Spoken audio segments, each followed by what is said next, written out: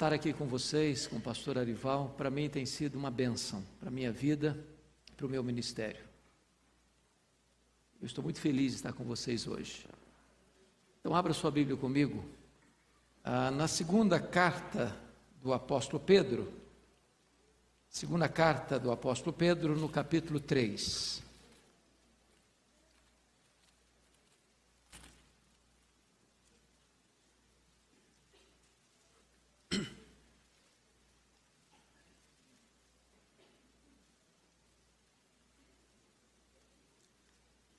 Faremos a leitura de todo este capítulo. Segunda de Pedro, capítulo 3. Pedro escreve assim: Amados, esta é agora a segunda epístola que vos escrevo. Em ambas, procure despertar com lembranças a vossa mente esclarecida, para que vos recordeis das palavras que anteriormente foram ditas pelos santos profetas, bem como do mandamento do Senhor e Salvador, ensinado pelos vossos apóstolos, tendo em conta, antes de tudo, que nos últimos dias virão escarnecedores com os seus escárnios, andando segundo as próprias paixões, e dizendo: onde está a promessa da sua vinda? Porque desde que os pais dormiram, todas as coisas permanecem como desde o princípio da criação. Porque deliberadamente esquecem que de longo tempo houve céus bem como terra, a qual surgiu da água e através da água pela palavra de Deus, pela qual veio o mundo, ou veio a perecer o mundo daquele tempo afogado em água. Ora, os céus que agora existem e a terra, pela mesma palavra, têm sido entesourados para fogo, estando reservados para o dia do juízo e destruição dos homens ímpios. Há todavia uma coisa, amados, que não deveis esquecer, que para o Senhor, um dia como 1000 anos, e 1000 anos como um dia. Não retarda o Senhor a sua promessa, como alguns a julgam demorada. Pelo contrário, Ele é longânimo para convosco, não querendo que nenhum pereça, senão que todos cheguem ao arrependimento. Virá, entretanto, como ladrão o dia do Senhor, no qual os céus passarão com estrepitoso estrondo, e os elementos se desfarão abrasados. Também a terra e as obras que nela existem serão atingidas. Visto que todas estas coisas hão de ser assim desfeitas, deveis ser tais como os que vivem em santo procedimento e piedade, esperando e apressando a vinda do dia de Deus, por causa do qual os céus incendiados serão desfeitos e os elementos abrasados se derreterão. Nós, porém, segundo a sua promessa, esperamos novos céus e nova terra, nos quais habita a justiça. Por essa razão, pois, amados, esperando essas coisas, empenhai-vos por serdes achados por Ele em paz, sem mácula, irrepreensíveis, e tende por salvação a longanimidade de nosso Senhor, como igualmente o nosso amado irmão Paulo vos escreveu, segundo a sabedoria que lhe foi dada, ao falar acerca desses assuntos, como de fato costuma fazer em todas as suas epístolas, nas quais há certas coisas difíceis de entender, que os ignorantes e instáveis deturpam, como também deturpam as demais escrituras para a própria destruição deles. Vós, pois, amados, prevenidos como estáis de antemão, acautelai-vos. Não suceda que, arrastados pelo erro desses insubordinados, descaiais da vossa própria firmeza. Mas antes, crescei na graça e no conhecimento de nosso Senhor e Salvador Jesus Cristo. A Ele seja a glória, tanto agora como no dia eterno. Amém. Eu quero conversar um pouco com os meus irmãos nesta noite sobre a segunda vinda de Cristo. A segunda vinda de Cristo, meus irmãos, é a acrópole da esperança cristã. A segunda vinda de Cristo é certamente o pináculo de todas as doutrinas cristãs. A segunda vinda de Cristo é a consumação da história. A vinda de Cristo vai ser o último e o mais retumbante capítulo da história da humanidade. Esta verdade, ela está fartamente documentada nas Escrituras. No Velho Testamento, há mais profecias sobre a segunda vinda de Cristo do que sobre a primeira vinda de Cristo. No Novo Testamento, todos os livros tratam desta gloriosa doutrina, exceto Filemão, 2ª e 3ª de João. Todos os demais livros do Novo Testamento reverberam esta verdade gloriosa. Portanto, é muito importante entender que Jesus voltará. E como ele voltará? Primeiro, ele voltará pessoalmente. Lá em Atos, capítulo 1, verso 9 a 11, quando os discípulos estavam olhando para as alturas, diante da ascensão do Senhor Jesus Cristo, o anjo aparece e pergunta para eles: varões galileus, por que estáis olhando para as alturas? Esse mesmo Jesus que vi subir, voltará, descerá entre nuvens, do mesmo jeito. Ele não mandará um arauto, ele pessoalmente virá. Será uma vinda pessoal. Mas a Bíblia diz que a sua vinda será também visível. Diz Apocalipse 1,7, que todo olho verá, até mesmo aqueles que o traspassaram. Será uma vinda notória, pública, absolutamente irrefutável. Mas em terceiro lugar, a vinda do Senhor Jesus Cristo será audível. Vai ser ao soar da trombeta de Deus, ouvida a voz do arcanjo. Ele descerá dos céus com grande glória e poder, no séquito dos anjos e dos remidos, que virão com ele em glória. Isso vai ser não só notório, mas audivelmente notório. Mas ainda em quarto lugar, a segunda vinda do Senhor Jesus Cristo será repentina. Diz o apóstolo Paulo, que vai ser num momento, num abrir e fechar de olhos. Vai ser, diz o Senhor Jesus Cristo, como um relâmpago que risca os céus, do oriente para o ocidente. Vai ser com esta rapidez que o Filho do Homem descerá dos céus com grande glória e poder. Mas ainda, em quinto lugar, a vinda do Senhor Jesus Cristo será inesperada. Vai ser como o ladrão de noite. Não vai ser um dia óbvio, vai ser um dia comum, como qualquer outro dia, e ele virá, inesperadamente, quando os homens não estão aguardando e esperando que ele volte. Sexto lugar, a segunda vinda do Senhor Jesus Cristo será também inescapável. É como uma mulher grávida, que precisa dar à luz. E desta mesma maneira, que uma mulher grávida vai dar à luz, inescapavelmente o Senhor Jesus Cristo virá, e virá para buscar a sua igreja, para reinar com ela para sempre e sempre e sempre. Sétimo e último lugar, a segunda vinda do Senhor Jesus Cristo será vitoriosa e gloriosa. Ele virá em glória, ele vai se assentar no seu trono, ele vai julgar as nações, e ele vai colocar todos os seus inimigos debaixo dos seus pés, e vai entregar o reino ao Deus o Pai, para que ele seja tudo em todos. E então haverá novos céus e nova terra, e nós estaremos com ele, reinaremos com ele para sempre e sempre e sempre. Esta doutrina gloriosa, irmãos amados, entretanto, é uma doutrina que tem sido atacada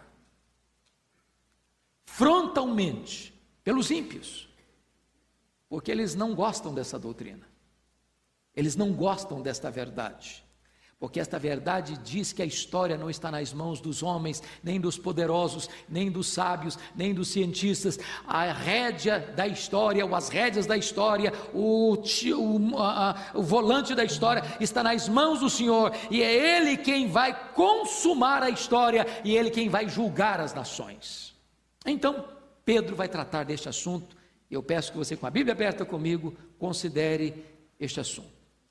Primeira coisa que Pedro começa dizendo é o seguinte: amados, esta é a segunda epístola que vos escrevo. Claro, a primeira nós temos aí na nossa Bíblia, então é a segunda mesmo, e essa que você está lendo comigo. Em ambas, diz ele, procuro despertar com lembranças a vossa mente esclarecida. Então, Pedro me dá um descanso muito enorme no coração. Ele está dizendo o seguinte: quando você vier para a igreja, não venha toda vez que você vier com a expectativa de que o pastor vai pregar coisa inédita. Não vai.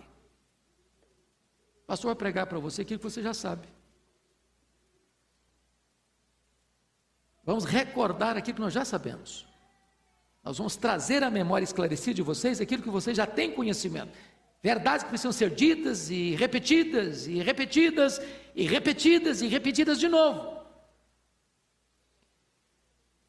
O que Pedro vai nos informar no versículo 2, para que vos recordeis das palavras que anteriormente foram ditas pelos santos profetas, bem como do mandamento do Senhor e Salvador, ensinado pelos vossos apóstolos. O que ele está dizendo aqui?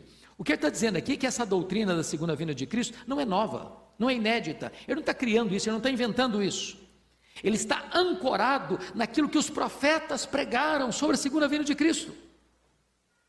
Os profetas trataram deste assunto, mais do que da primeira vinda. O que ele está dizendo aqui é que o Senhor Jesus Cristo também, enquanto aqui esteve, ensinou sobre a sua segunda vinda. É só você perceber o chamado sermão profético de Jesus, que está em Mateus 24 e 25, onde ele diz que, quando perguntado para ele, mas Senhor, quando acontecerá essas coisas? Que sinal haverá da tua vinda e da consumação dos séculos? Ele diz, vede que ninguém vos engane. Haverá guerras, rumores de guerras, haverá terremotos, pestilências, o amor de muitos se esfriarão, e este evangelho do reino será pregado em todo o mundo, então virá o fim. Mas também esta verdade gloriosa foi pregada pelos apóstolos. O apóstolo Paulo trata dessa matéria, o apóstolo Pedro trata dessa matéria, o apóstolo João trata dessa matéria, e este assunto está fartamente trabalhado pelos profetas, pelo Senhor Jesus e pelos apóstolos. Em outras palavras, o que Pedro está dizendo é o seguinte: há uma unidade das Escrituras. Nunca aceite essa ideia que alguns querem levantar aí. O Deus do Velho Testamento é um Deus irado, é o Deus da guerra. O Deus do Novo Testamento é o Deus de amor e o Deus de graça. Pedro, não. O Velho Testamento e o Novo Testamento estão unidos com o mesmo propósito, tratando das mesmas verdades. Aqui no Velho é um botão, aqui no Novo é o fruto maravilhoso e doce da graça. Mas a palavra de Deus é una, quando se trata, sobretudo, da segunda vinda de Cristo. Então, vejam comigo, por gentileza, no versículo 3, que ele começa então a mostrar porque os ímpios não gostam desta mensagem, e eles querem destruir esta mensagem. Olha o que está acontecendo, verso 3, tendo em conta, antes de tudo, que nos últimos dias virão escarnecedores, com seus escárnios, andando segundo as suas próprias paixões. Primeira coisa que Pedro está dizendo é o seguinte: os falsos mestres virão quando? Nos últimos dias. O que são os últimos dias? Isso é um termo técnico. Não são os últimos dias que vão preceder imediatamente a segunda vinda de Cristo, mas os últimos dias é um período que abrange da primeira à segunda vinda. Nós já estamos nos últimos dias. E é por isso que o primeiro sinal que Jesus Cristo disse que deveríamos observar com respeito à sua segunda vinda: acautelai-vos dos falsos profetas, dos falsos mestres. Agora, a primeira coisa que Pedro está nos informando é o seguinte: se a doutrina está errada, a vida está errada. O verso 3 diz que eles vêm com seus escárnios, eles são escarnecedores, e vêm com seus escárnios andando segundo as próprias paixões. Por que isso? Porque a teologia determina a ética. Ninguém pode ser um herege e ao mesmo tempo ser santo. Não se pode ter uma doutrina errada e ter um comportamento certo. Se a doutrina está errada, o comportamento é errado. É por isso que os falsos mestres têm uma teologia ruim e têm uma ética ruim. Agora, qual o problema desses falsos mestres? Vamos entender que Pedro está tratando da segunda vinda de Cristo. Então, qual o problema deles? Qual o erro deles? Qual a falsa doutrina deles? Versículo 4, compare comigo aí, dizendo, o que eles estão dizendo? Onde está a promessa da sua vinda? Porque desde que os pais dormiram, todas as coisas permanecem como desde o princípio da criação. Notem vocês que o ensino dos falsos mestres é: que coisa, que bobagem esse negócio de segunda vinda. Isso não existe. Isso é fantasia. Isso é quimera. Isso é utopia. Isso não vai acontecer. Isso aí é uma invenção. Essa expectativa, essa esperança é vã. Isso não tem sentido, ele não volta não. O grande problema aqui, irmãos, é que os falsos profetas põem em xeque a veracidade da palavra de Deus. Eles colocam em xeque a credibilidade da palavra de Deus. Eles estão dizendo que o que Deus disse na sua palavra, as promessas que Ele fez, são vazias, não são dignas de confiança. Então, percebam vocês que os falsos mestres estão fazendo uma leitura errada das Escrituras e fazendo uma leitura errada da história. Como é que Pedro vai encarar? Como é que Pedro vai entender esses falsos profetas? Como é que Pedro vai fazer essa leitura? Veja comigo o versículo 5. Porque deliberadamente esquecem, então preste atenção aqui. Os falsos mestres não têm esquecimento por falta de memória. Aliás, o ateísmo não é uma questão intelectual, o ateísmo é uma questão moral. Os homens rejeitam a verdade, sufocam a verdade, tentam afogar a verdade, porque eles não querem mudar de conduta. Preste atenção nisso, quando uma pessoa vive uma vida errada, ou ele se arrepende, ou ele muda a teologia dele, para justificar o seu comportamento errado. Como eles não querem mudar de vida, como eles querem viver nas suas paixões, como eles querem viver nos seus devaneios carnais, como eles não querem se arrepender, então eles começam a dizer, não, então não vai ter juízo, porque se tiver juízo eu estou encrencado, então não tem juízo, então não tem segunda vinda, então não tem eternidade, então não tem céu, então não tem inferno, para justificar o comportamento moral desviado e desregrado que eles vivem. Mas Pedro está dizendo o seguinte, eles tem um esquecimento deliberado, eles não são honestos intelectualmente, o problema deles é moral.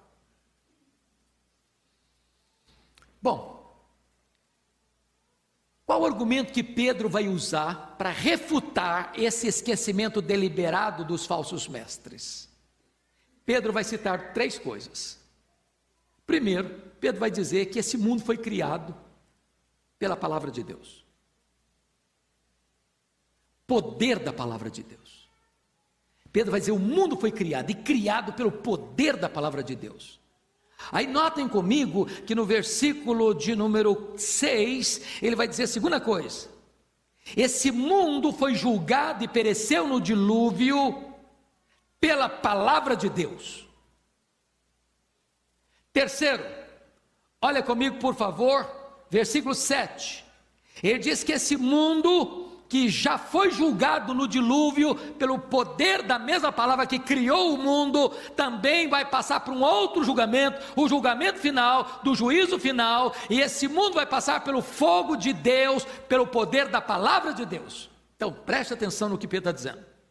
Se os falsos mestres vêm para colocar em xeque a credibilidade, a integridade da palavra de Deus, Pedro está dizendo para eles, olha, pois bem, vocês estão querendo dizer que a palavra de Deus não é verdadeira, vocês estão querendo dizer que a palavra de Deus não é confiável, vocês estão dizendo que a palavra de Deus não merece confiança, pois entenda uma coisa, o mundo foi criado pela palavra de Deus, o mundo foi julgado no dilúvio pela palavra de Deus, e o mundo será julgado no juízo final pela palavra de Deus.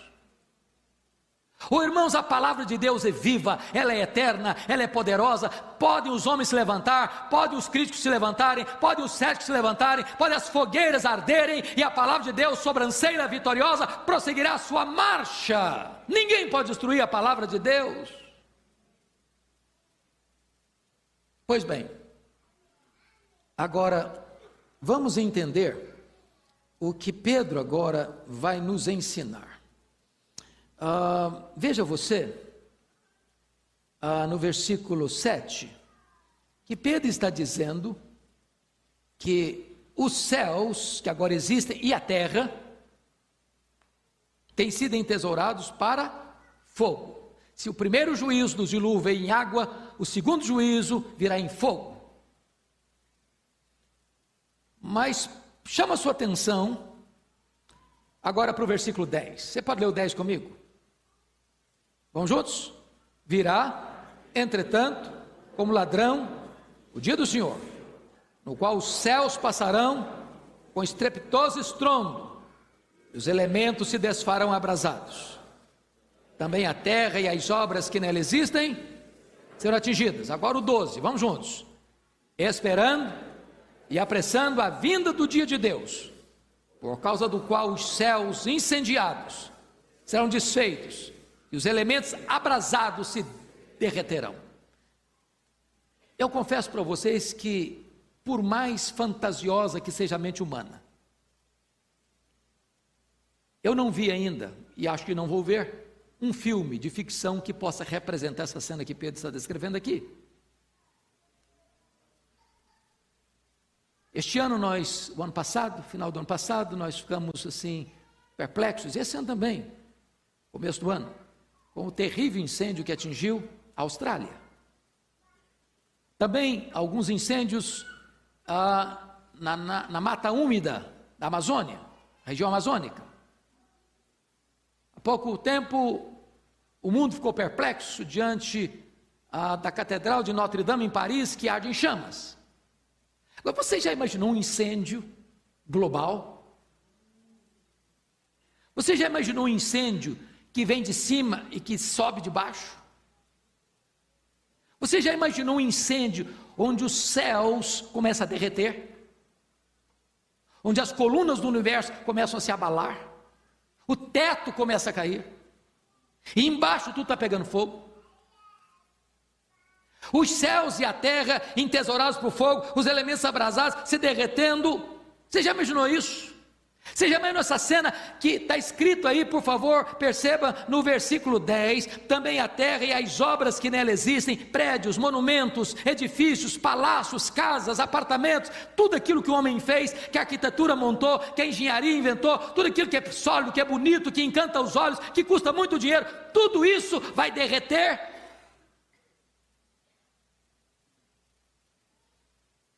Esta cena está para lá de qualquer filme de ficção. Talvez não com segurança, ninguém na Bíblia descreveu esse dia de uma maneira tão dramática como Pedro está descrevendo.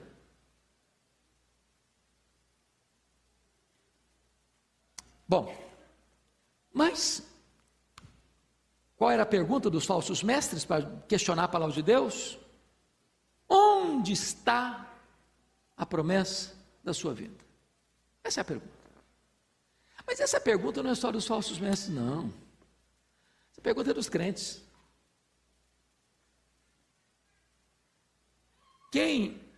Vou fazer uma perguntinha, por favor, responda para mim levantando uma das mãos.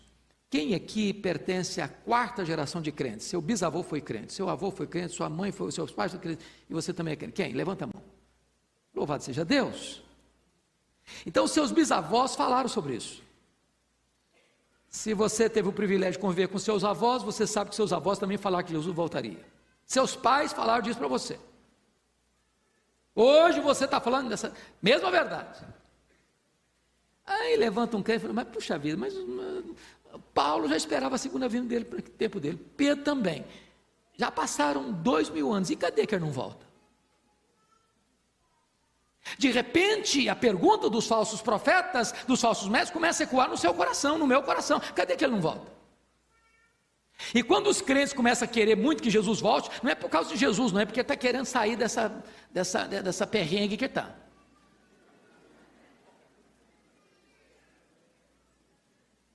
Então, como é que Pedro trata desse assunto? Olha a resposta de Pedro.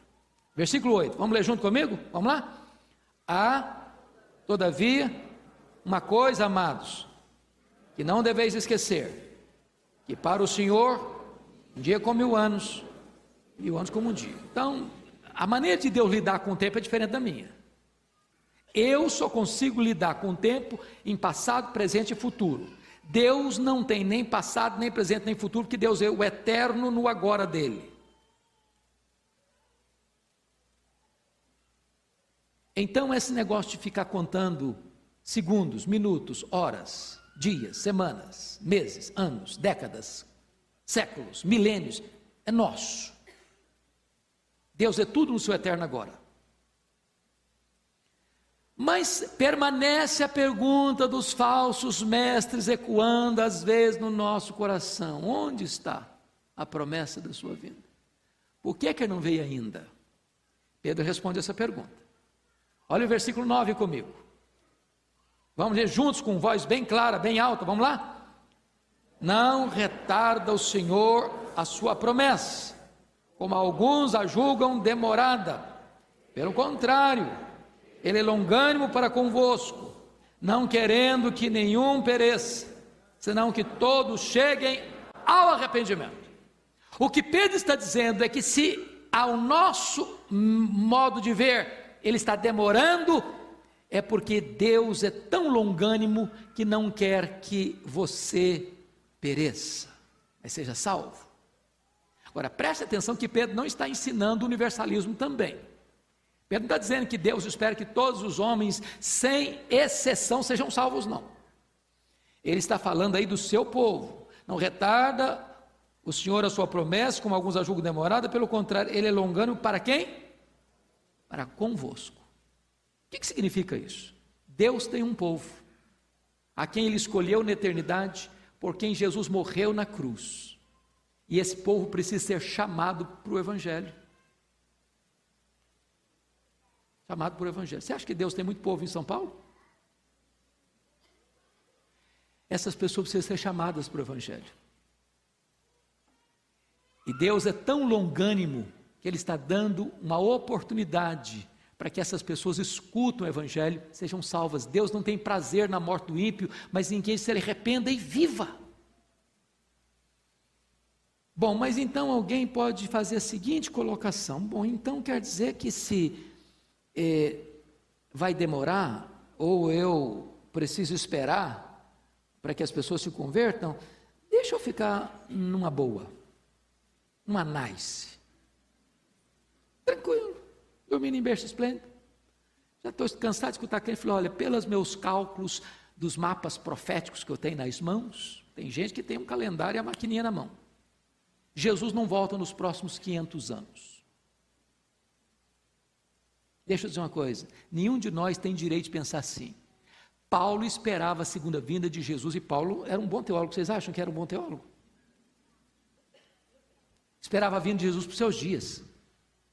Os pais da igreja esperavam a vinda de Jesus, a segunda vinda de Jesus para os seus dias. Os reformadores esperavam a segunda vinda de Jesus para os seus dias. Os puritanos da Inglaterra esperavam a volta de Jesus para os seus dias. Você e eu precisamos esperar a volta do Senhor Jesus para os nossos dias. Então Pedro vai alertar no versículo 10, ora, virá entretanto o dia do Senhor como ladrão. Em outras palavras, fique esperto, não cruze os braços, não deixe a vida levar você, não, reflita, porque na hora que você não espera ele vem. Cuidado, vigie, leve Deus a sério, acerte a sua vida com Deus, não deixe que esse dia pegue você de surpresa. Você não é filho das trevas, você é filho da luz, você não fica despercebido como as virgens nécias, você tem azeite nas suas lâmpadas, e você aguarda ansiosamente que ele volte. Pois bem,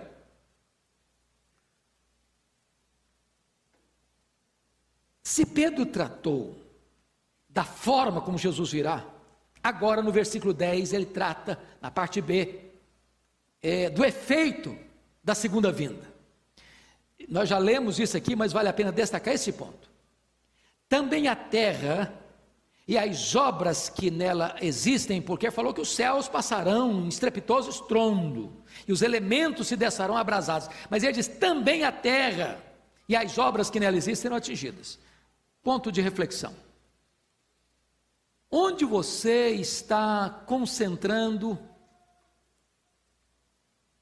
a sua riqueza? Onde você está juntando os seus tesouros? Porque se você está fazendo da vida uma grande cruzada apenas para ganhar dinheiro, e não tem pecado nenhum em ganhar dinheiro, também não tem pecado nenhum em ser rico, aliás é uma bênção. Se você ganhou essa riqueza com um trabalho honesto, com a inteligência que Deus lhe deu e com a bênção do eterno.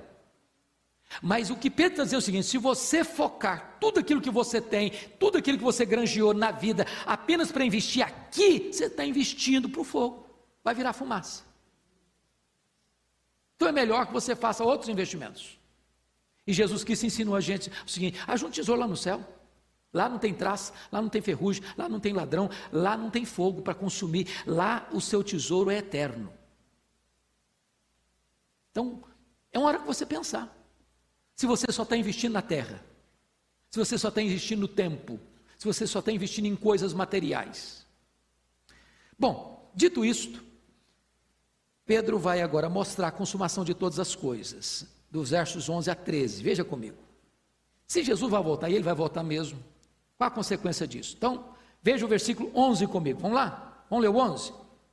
Visto que todas essas coisas hão de ser assim desfeitas, deveis ser tais como os que vivem em santo procedimento e piedade. O que Pedro está dizendo? Se eu creio que Jesus vai voltar, isso precisa desembocar em mudanças morais e éticas na minha vida. Doutrina e vida estão caminhando juntas. Não dá para ter doutrina boa se a conduta não acompanha a doutrina. A vida precisa ser resultado daquilo que a doutrina ensina. Então eu creio que Jesus voltará, eu creio que quando ele voltar, tudo aquilo que a terra tem e o que o homem construiu vai ser atingido. Então eu preciso viver a minha vida, diz Pedro, em santo procedimento e piedade. Mas, em segundo lugar, Pedro vai dizer que nós precisamos aguardar a volta do Senhor Jesus. Olha o verso 12: esperando. E a ideia do esperar aqui é esperar na ponta dos pés, olhando para o horizonte, aguardando a volta de Jesus, iminente, gritando: Maranata, ora vem Senhor Jesus. Como perguntaram certa feita para João Wesley: ô João Wesley, o que você gostaria de estar fazendo quando Jesus voltar? Ele respondeu: eu gostaria de estar fazendo o que eu faço todo dia eu estou esperando que ele volte. Deveria ser a nossa postura, irmãos, de aguardar com grande expectativa a volta dele.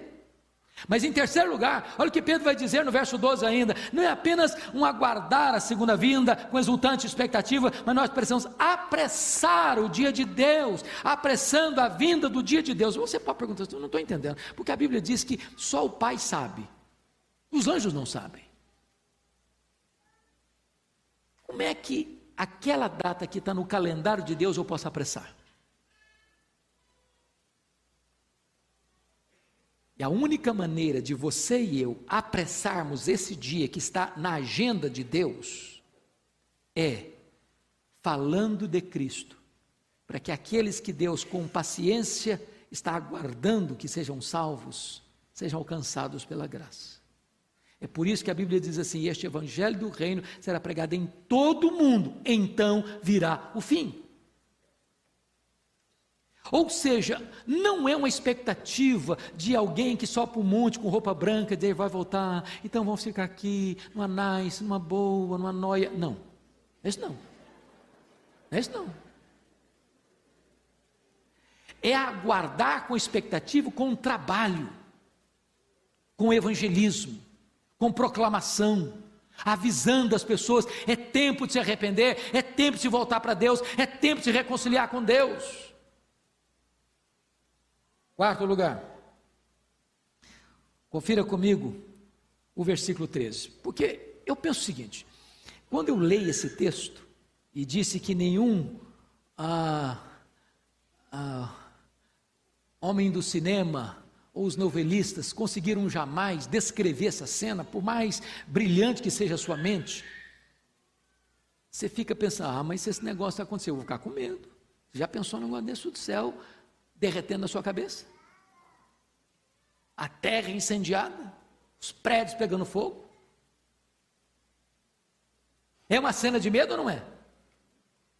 Se você quiser ler um pouco mais, nós falamos na escola dominical hoje, leia Apocalipse 6, 12 a 17, porque essa é a cena. Jesus vem com grande poder e glória, os homens estão apavorados, fugindo, não da morte, querendo a morte, estão fugindo, é da grandeza e do poder daquele que está vindo para julgar, e as pessoas estão querendo, desesperadas, encontrar um lugar para se enfiar, e não conseguem. Mas quem que vai estar com medo? Quem vai estar desamparado? Quem vai estar nessa situação de pavor? Não são os salvos, não é a família de Deus. Ao contrário, a família de Deus está aguardando, a família de Deus está esperando esse dia. E Pedro vai dizer no versículo 13: nós, porém, segundo a sua promessa, esperamos novos céus e nova terra, nos quais habita a justiça. É você entrando na glória, é você ouvindo a voz do Senhor: vem, bendito meu Pai, entre na posse do reino que está preparado para você desde a fundação do mundo. É você recebendo um corpo de glória, é você subindo com Ele, é você estando com Ele para sempre, sempre, para reinar com Ele. Louvado seja o Senhor. Pois bem, queridos, eu quero encerrar, porque Pedro é um pregador, e o pregador não prega só a verdade, ele precisa aplicar a verdade. Então Pedro agora, como um pregador, vai dizer o seguinte: olha, eu preguei isso para vocês, falei da segunda vinda, agora e daí, o que vocês vão fazer? Então vamos ver 4 aplicações que Pedro vai fazer para encerrar o seu sermão. Primeira aplicação, olha comigo, versículo 14. Por essa razão é consequência. Diante de tudo que ele falou sobre a segunda vinda de Cristo, ele diz: por essa razão, pois, amados, leiam comigo o seguinte agora, continuando a leitura. Esperando essas coisas, que coisas? A segunda vinda de Cristo com todo o pacote. O que acontece agora? Vamos lá? Empenhai-vos por seres achados por Ele, em paz, sem mácula, irrepreensíveis. Então, larga essas briguinhas para lá. Larga de ser enjoado, ranzinza, ficar com picuinha, brigando com qualquer coisa. Que quando Jesus voltar, encontre em paz. A gente briga muito, não. Briga por qualquer coisa. Cria confusão por qualquer coisa. Para com isso. Pedro está dizendo, se você crê que Jesus vai voltar, para com isso. Mais do que isso, Pedro está dizendo o seguinte: você precisa ser encontrado sem mácula, irrepreensível, leva uma vida santa, leva Deus a sério. Segunda aplicação, aceite a verdade de Deus. Olha os versos 15 e 16, que coisa linda que Pedro escreve aí. E tende por salvação a longanimidade de nosso Senhor, como igualmente o nosso amado irmão Paulo vos escreveu, segundo a sabedoria que lhe foi dada, ao falar acerca desses assuntos. Que assuntos mesmo? Segunda vinda de Cristo. E Paulo tratou desse assunto em quantas cartas dele? Em todas, exceto Filemon, que não é uma carta, é um memorando. Pequenininha carta. Mas olha o que ele diz: nas quais há certas coisas difíceis de entender. Gente, mas que alívio para mim. E de repente, será que eu sou meio burrinho mesmo? Não estou entendendo. Paulo está complicado demais aqui, está difícil de entender o Paulo. Paulo, mas que é isso? Não, o irmão Pedro também não entendia não. O irmão Pedro estava lá lendo as cartas para Paulo, mas Deus te deu uma sabedoria, meu filho, que só deu para você, não deu para mim não. Eu não consigo entender essas coisas que você falou aqui não. Está difícil. Mas preste atenção. Ele está dizendo que as coisas difíceis, mas são verdadeiras. Porque coloca aí, que os ignorantes e instáveis deturpam. Então, se você não entender, busque esclarecimento, deturpa não. Não vai falar para frente que você não está entendendo, não. Procure entender, para você não deturpar a palavra de Deus. Mas sabe outra coisa bonita? Ele está dizendo o seguinte: como também deturpam as demais escrituras. O que Pedro está dizendo? Quando Pedro escreveu essa carta, in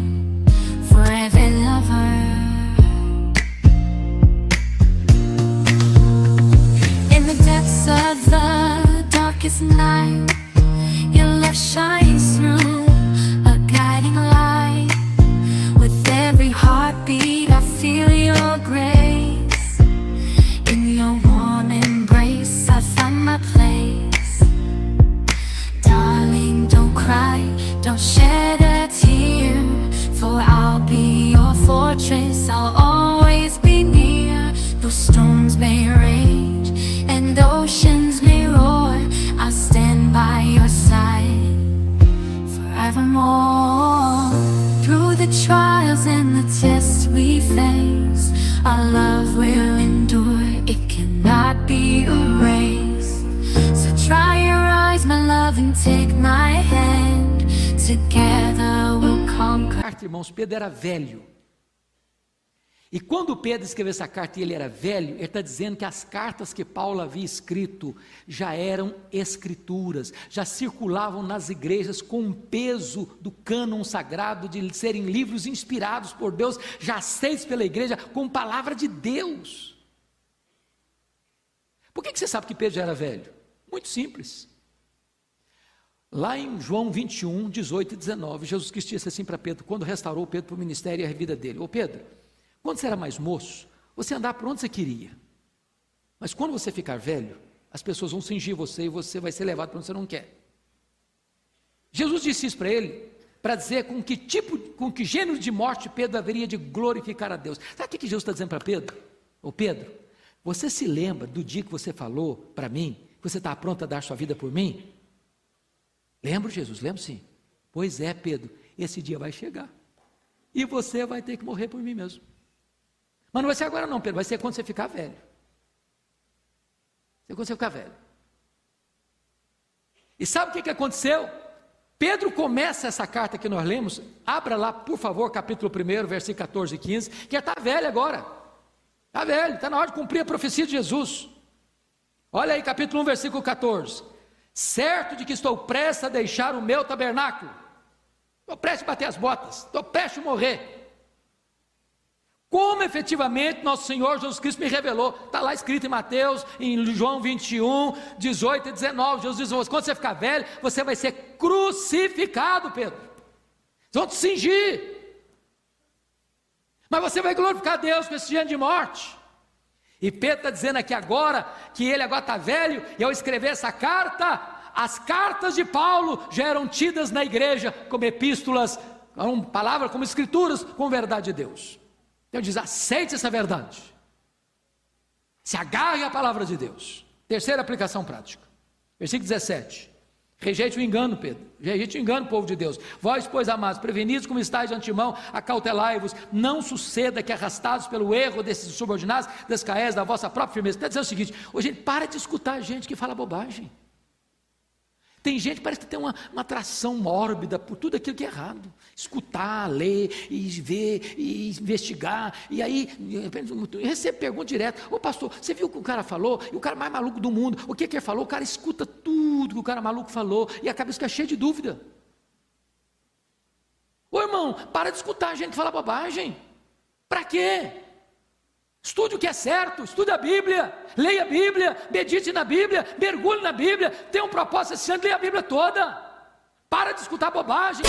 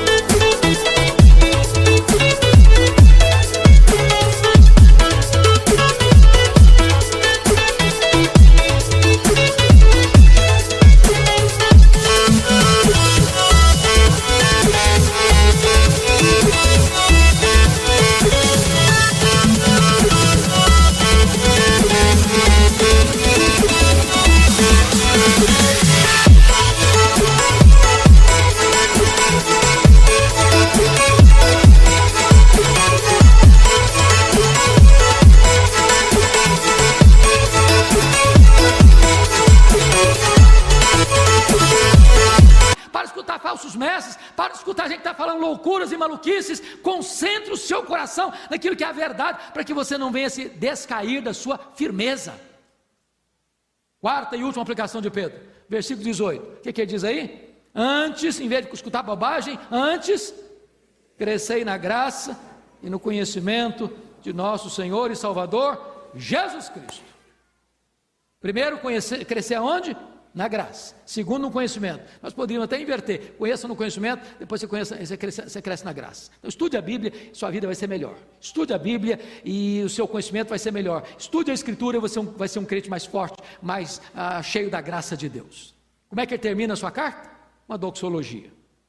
A Ele seja a glória, ao Senhor Jesus seja a glória, tanto agora como no dia eterno. Que o Senhor nos ajude a estarmos prontos, preparados, ansiosos e trabalhando para que aquele dia nos encontre exultantes, dizendo: Maranata, ora vem, Senhor Jesus. Amém.